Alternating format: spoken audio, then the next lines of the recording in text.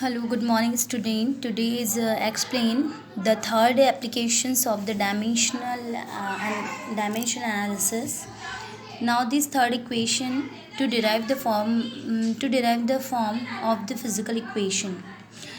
To find the form of the physical equation, we can first consider all physical quantities on which the given physical quantity is likely depends. Then, by by the applications of this principle is homogeneity of dimension, and we eliminated those quantities on which the physical quantity does not depends on it. So now, dear student, this is the example of this application. The period of time, capital T, the time period of simple pendulum is assumed to depends on the length. Firstly, let length. Suppose the time t is directly proportional to the length and of the acceleration due to gravity, and the time period is directly proportional to g, and the time period is directly proportional mass of the body of the pendulum. It is depends on m.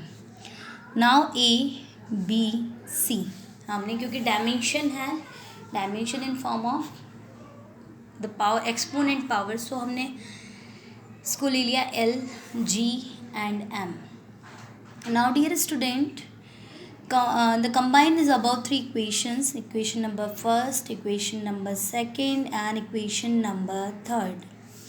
So we can write it: L is equals to L power A, G power B, M power C, and T is directly K, L A, G B, M C.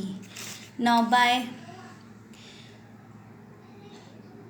we have the principal homogeneity of dimension. We can written as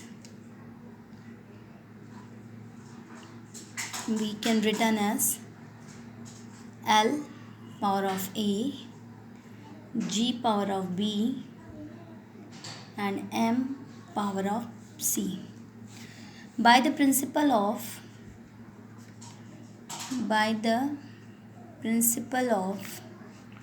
homogeneity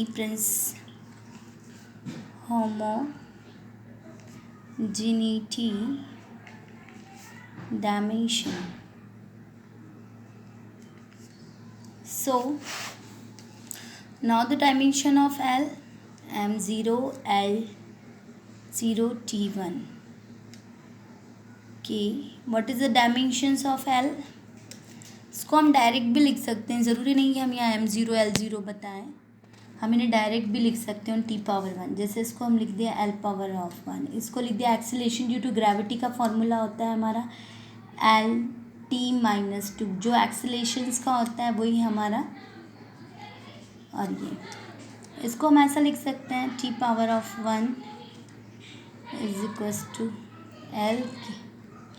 यदि हम इसको combine करेंगे तो देखो L power अंदर L power B, L T power minus 2b, M power of C. Comparison कर लीजिए. यहाँ एल है 0 है और यहाँ एल की पावर कितनी है, बेस से में पावर 8 हो जाएगी, एल पावर ए प्लस बी. और यहाँ एल की पावर कुछ नहीं, मतलब डैट इज़ 0. तो हम इसको इस फॉर्म में भी लिख सकते हैं direct 0 is equals to A plus B. ये लाइन आपको लिखने की ज़रूरत नहीं है. ओके, नाउ नेक्स्ट सी है नहीं, मतलब सी इज इक्वल्स टू क्या है हमारे पास, सी देख लीजिए एम है नहीं है. ओके, एंड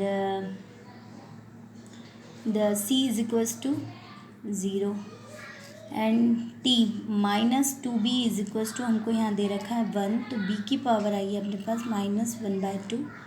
1/2 यदि हम यहाँ रखेंगे तो do you know that a plus b is equals to 0, a plus minus 1/2 is equals to 0. तो a इज इक्वल्स टू 1/2.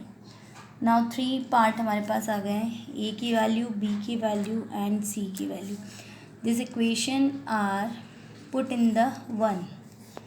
इस इक्वेशन में हम यहाँ पुट कर देंगे तो ये हो जाएगा टी के L power 1/2 g power -1/2 and m power of 0।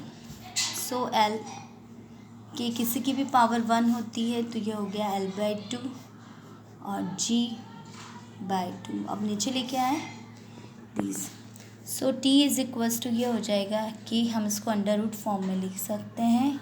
यहाँ दिया हुआ है if the constant proportionality is 2 pi, k की वैल्यू यहाँ पर होगी t is equals to 2 pi under root l/g। So dear student, हमने डिपेंडेंसी की फॉर्म में to derive the form of the physical equation, हमने यहाँ पे एक फिजिकल इक्वेशन डिराइव कर ली। मतलब सिंपल पेंडुलम डिपेंड करता है length and acceleration due to gravity, does not depends on a mass.